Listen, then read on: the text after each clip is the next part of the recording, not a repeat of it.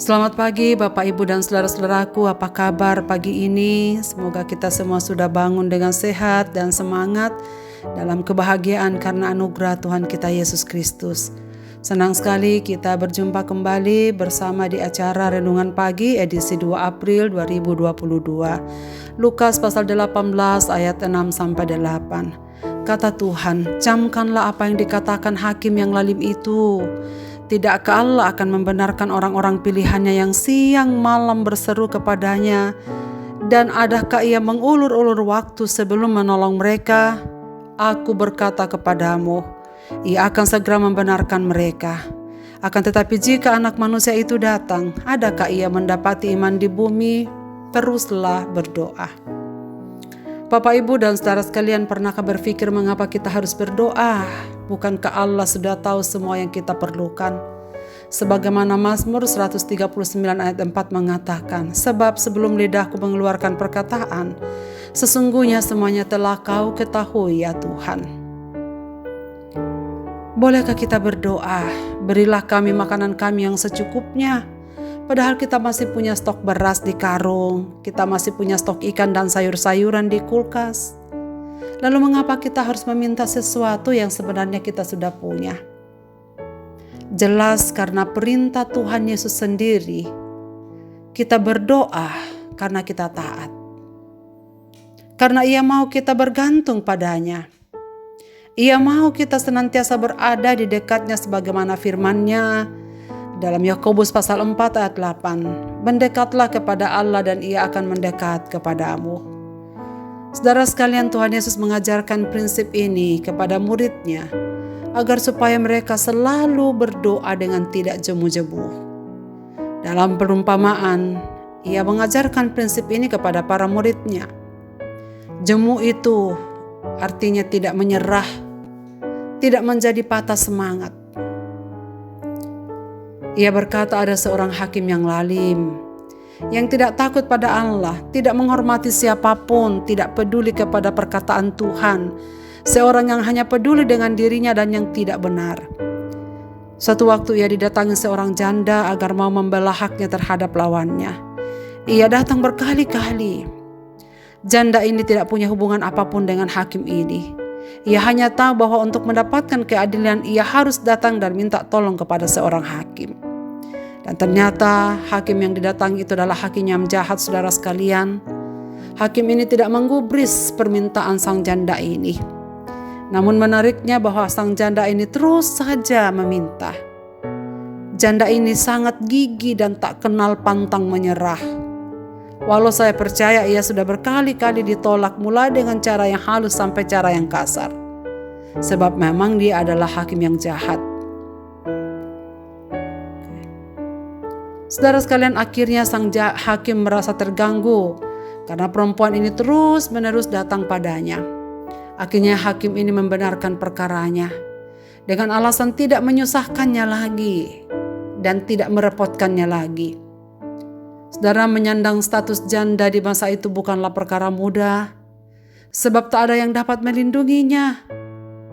Sejak suaminya meninggal saat itu juga ia dianggap bukan lagi anggota keluarga mantan suaminya. Demikian juga pada saat ia ingin menikah.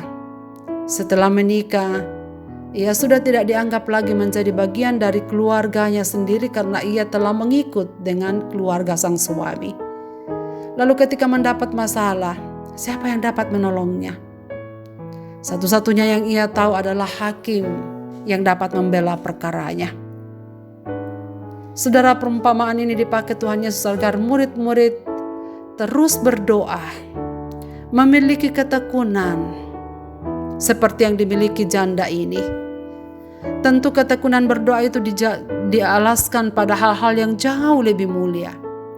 Allah bukan hakim yang bodoh. Allah adalah Bapa dan hakim yang adil, yang akan membela perkara anak-anaknya terhadap kelaliman dunia ini, apalagi jikalau ia berseru siang dan malam. Dan Tuhan tidak akan menunda-nunda untuk memberikan pertolongan padanya dalam situasi seperti ini. Melalui perumpamaan ini Tuhan Yesus hendak mengingatkan kita semua bahwa sedangkan manusia saja yang jahat dapat mengabulkan permintaan janda itu, Apalagi Allah, jauh lebih lagi Allah yang akan memberikan pertolongan kita tepat pada waktunya, sebab Dia adalah Allah yang adil, Allah yang pemurah, dan Ia pasti akan segera menjawab segala doa-doa kita. Lebih jauh lagi saudara sekalian, Allah bukan hanya akan membela perkara anak-anaknya, Dia akan segera menolong mereka. Ungkapan segera menolong merupakan ungkapan eksaktologis di dalam ayat yang ke-8. Di sini Tuhan Yesus sedang berbicara kepada para muridnya bahwa kedatangan Tuhan itu sudah dekat. Akhir zaman itu sudah dekat dan pasti datang.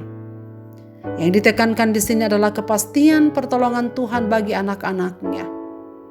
Namun Tuhan Yesus menyisakan pertanyaan buat kita. Apakah kita beriman untuk menantikan pertolongan Tuhan? Jangan menyerah saudara sekalian, teruslah berdoa.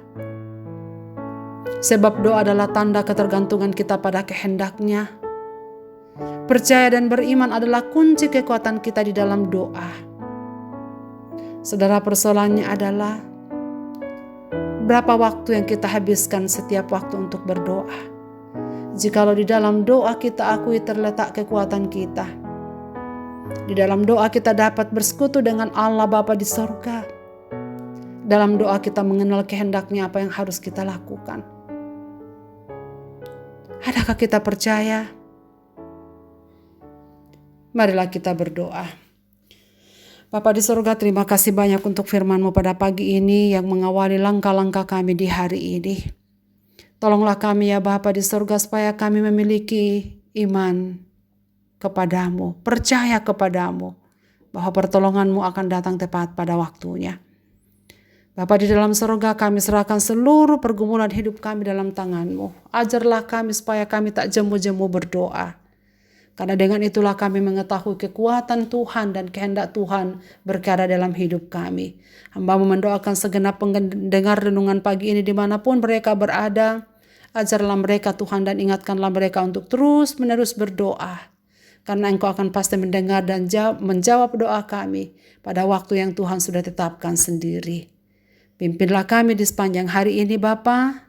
Tolonglah kami supaya kami senantiasa berjalan seturut dengan kehendak Tuhan saja. Di dalam dan demi nama Yesus Kristus Tuhan kami berdoa. Amin. Selamat beraktivitas Bapak, Ibu, dan saudara-saudaraku. Tuhan Yesus memberkati kita semua. Amin.